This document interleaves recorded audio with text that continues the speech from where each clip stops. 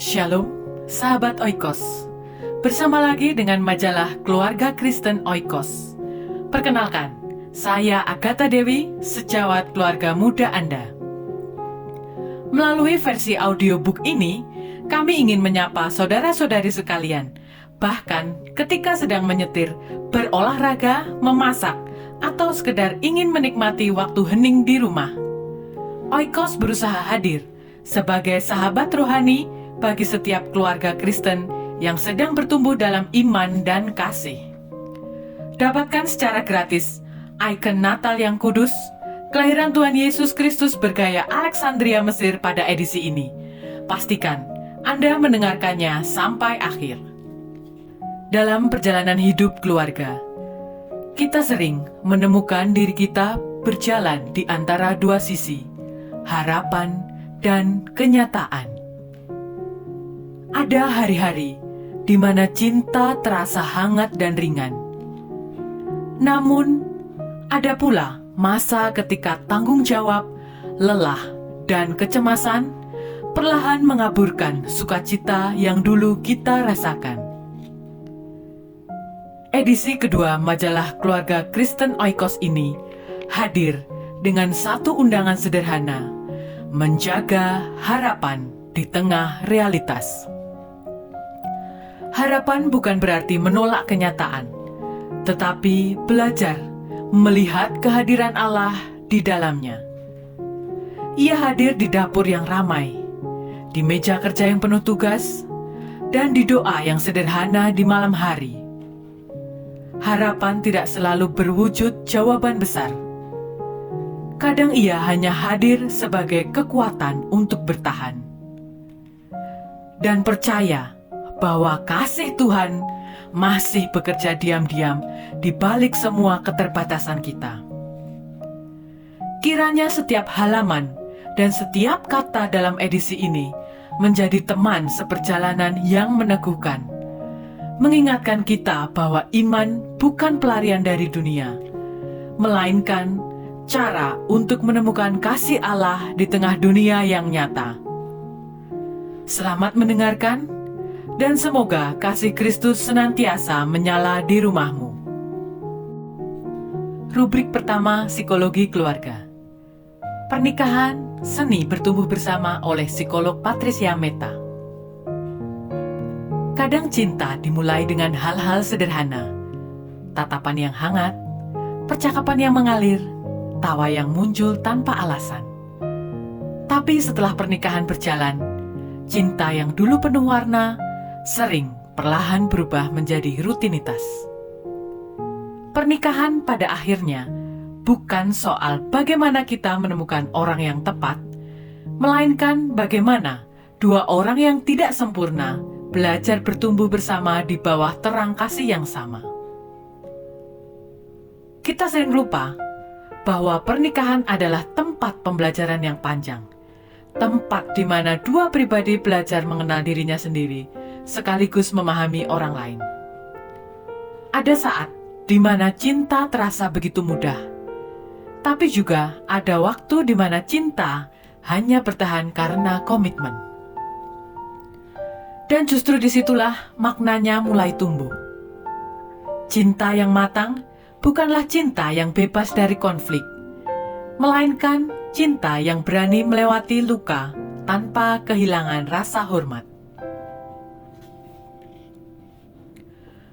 Dalam dunia yang bergerak cepat, banyak pasangan muda merasa kehilangan arah karena tekanan hidup, pekerjaan, dan ekspektasi sosial. Namun di tengah semua itu, setiap perbedaan, setiap pertengkaran kecil bisa menjadi ruang bagi kasih untuk belajar. Sebab cinta sejati selalu menuntut keberanian untuk memperbaiki, bukan hanya merayakan. Ketika pasangan belajar saling mendengarkan, menahan diri untuk tidak selalu benar, dan memberi ruang bagi yang lain untuk bertumbuh, disitulah cinta menemukan bentuknya yang paling dewasa. Tidak berlebihan, tidak menuntut, tetapi setia. Pernikahan bukanlah akhir dari kisah cinta, melainkan awal dari perjalanan pembentukan diri. Dan dalam setiap langkah kecil disertai kesetiaan, Tuhan sedang mengajar kita bahwa cinta yang tumbuh pelan-pelan justru adalah cinta yang bertahan paling lama. Mari kita belajar sekali lagi untuk melihat pasangan bukan sebagai lawan bicara, tetapi sebagai sahabat seperjalanan dalam seni bertumbuh bersama. Rubrik kedua, ruang sepakat. Perjanjian pranikah membangun komitmen, bukan mempersiapkan perpisahan. Oleh psikolog Benny Pudiastanto. Beberapa tahun terakhir, istilah perjanjian pranikah semakin sering terdengar di kalangan pasangan muda. Sebagian menganggapnya langkah praktis untuk mengatur harta dan tanggung jawab. Sementara sebagian lain melihatnya sebagai tanda kurangnya kepercayaan dalam hubungan. Namun mungkin sebelum kita menilai, kita perlu melihatnya dengan lebih jernih. Prenup muncul bukan karena cinta menjadi lemah, melainkan karena dunia semakin rumit. Banyak orang hidup di tengah ketidakpastian, perubahan ekonomi, dan pengalaman masa lalu yang tidak mudah. Ada yang tumbuh di keluarga dengan konflik finansial atau melihat perceraian orang tua. Ada yang belajar bahwa kejujuran soal uang tidak selalu sederhana. Di tengah realitas itu, perjanjian pranikah bisa menjadi pintu dialog. Tempat dua orang berbicara jujur tentang tanggung jawab, utang, harapan, dan masa depan. Bukan untuk mempersiapkan perpisahan, tetapi untuk memastikan bahwa cinta berjalan dalam keterbukaan. Sebab transparansi adalah bentuk kasih yang matang. Dalam terang iman, pernikahan adalah perjanjian kasih, bukan kontrak yang mudah dibatalkan. Maka, setiap perencanaan, termasuk prenup, seharusnya diarahkan untuk memperkuat kesetiaan, bukan membuka jalan bagi perpisahan. Yang menjadi penting bukan ada atau tidaknya dokumen ini, tetapi bagaimana percakapan yang terjadi saat menyusunnya. Apakah pasangan saling mendengar? Apakah keputusan lahir dari kasih, bukan ketakutan? Pada akhirnya, yang menjaga keutuhan bukan kertas perjanjian, melainkan hati yang saling mempercayai. Prenup dapat menjadi sarana kedewasaan bila dilihat sebagai upaya menata, bukan mengikat, melindungi, bukan mencurigai, membangun kejelasan agar kasih bisa tumbuh lebih tenang dan sehat. Rubrik ketiga, Spiritualitas Rumah Tangga oleh Bapak Kriswibowo, Magister Teologi. Ada pertanyaan masuk ke redaksi Oikos begini. Kami keluarga muda, usia perkawinan 2 tahun. Kami sering bingung, siapa yang seharusnya bertanggung jawab dalam hal ekonomi rumah tangga. Pernah kami lihat, ada keluarga yang semua beban finansial jatuh pada satu pihak. Sementara pasangan seperti tidak peduli atau sangat bergantung. Ada juga yang keduanya bekerja mencari sumber pemasukan. Bagaimana seharusnya kami memandang tanggung jawab ekonomi keluarga dari sisi iman? Bapak Kriswibowo menjawab, kebingungan seperti ini wajar dialami oleh keluarga muda. Masa 2-5 tahun pertama perkawinan seringkali menjadi masa penyesuaian antara cinta yang diimpikan dan kenyataan yang dijalani. Kadang salah satu merasa menanggung lebih banyak, sementara yang lain merasa tidak cukup berarti.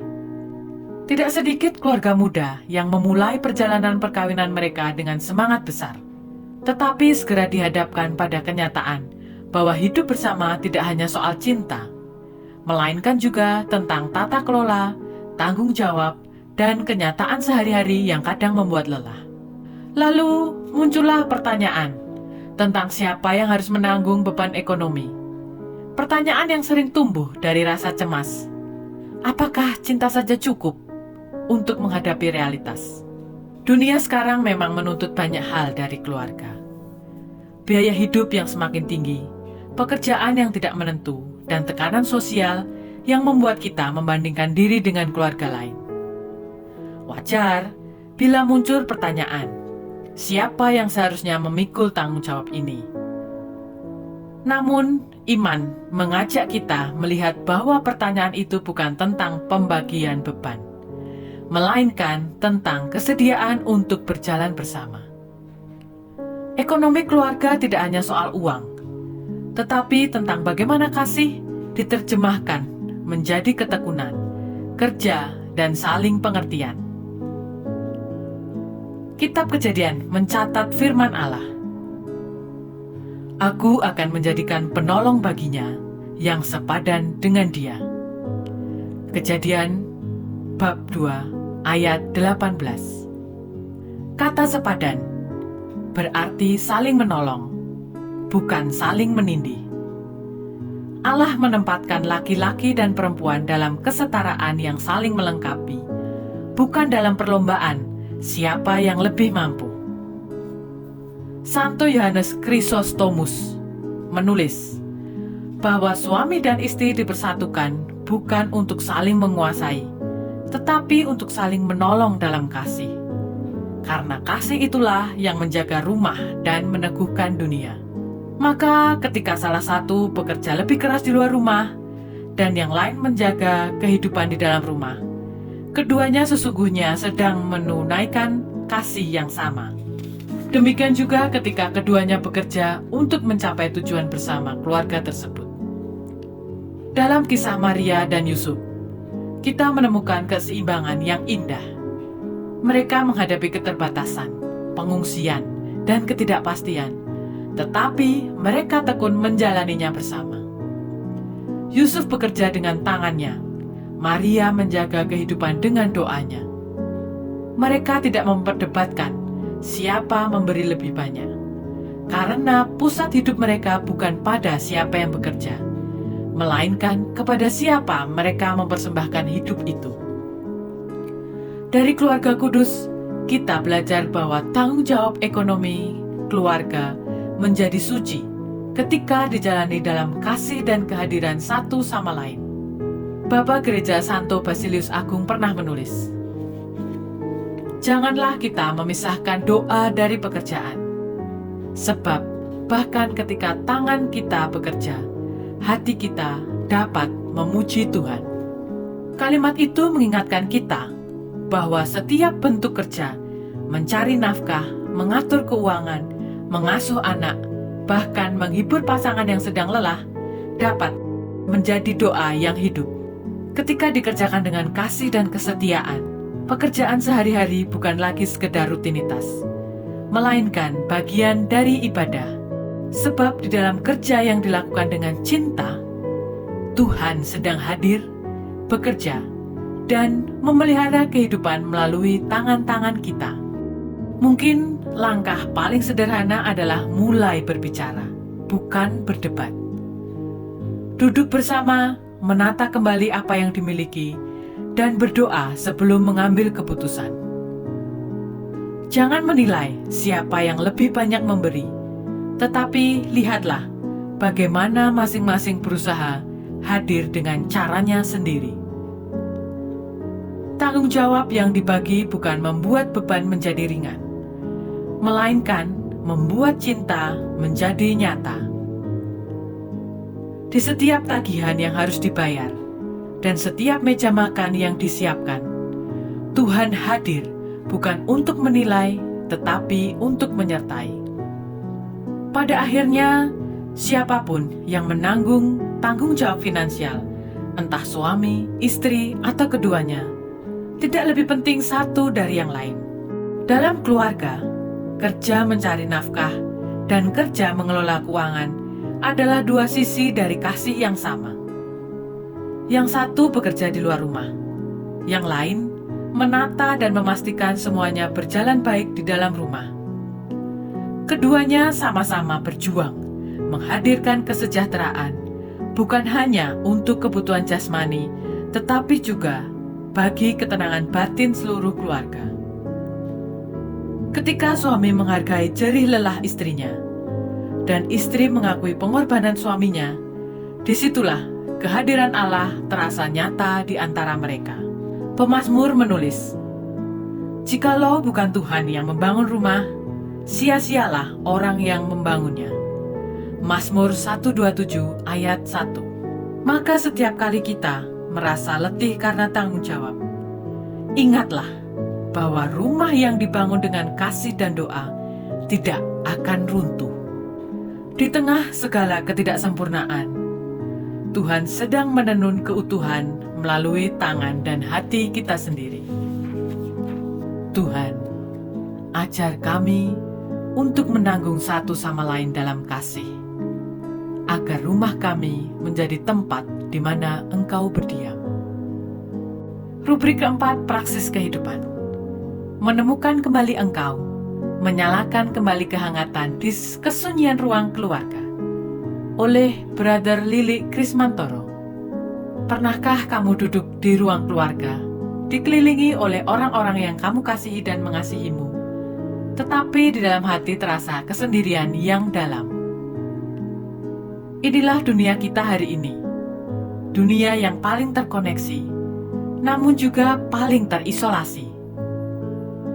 Gawai yang seharusnya menjadi jembatan, seringkali menjelma menjadi dinding tembus pandang. Kita bisa melihat orang di seberang sana, tapi tak lagi mampu menyentuh jiwanya. Krisis kita bukan lagi krisis kesalahpahaman, melainkan krisis karena hilangnya perjumpaan yang otentik. Di rumah, kita sering menjadi puber, mengabaikan orang di depan kita karena sibuk dengan gawai di tangan. Tidak ada lagi obrolan di meja makan atau tawa di ruang keluarga. Kita hadir secara fisik, tapi absen secara jiwa. Kegagalan ini berakar pada dua hal. Pertama, kita terlalu terbiasa dengan kepuasan sesaat.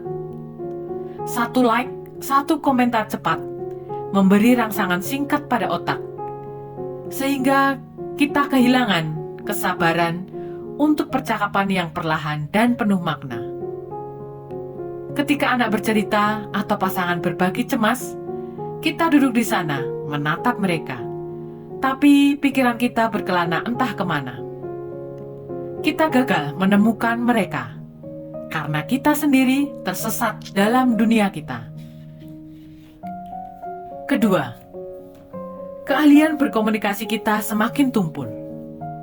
Banyak keluarga berbicara dalam pola satu arah, instruksi, perintah, atau penghakiman. Padahal, setiap hati hanya ingin didengarkan, bukan dihakimi. Ketika seseorang tak merasa ditemukan di rumahnya, ia akan mencari tempat lain untuk sekedar merasa diakui. Menemukan sesama dimulai dari menemukan diri sendiri.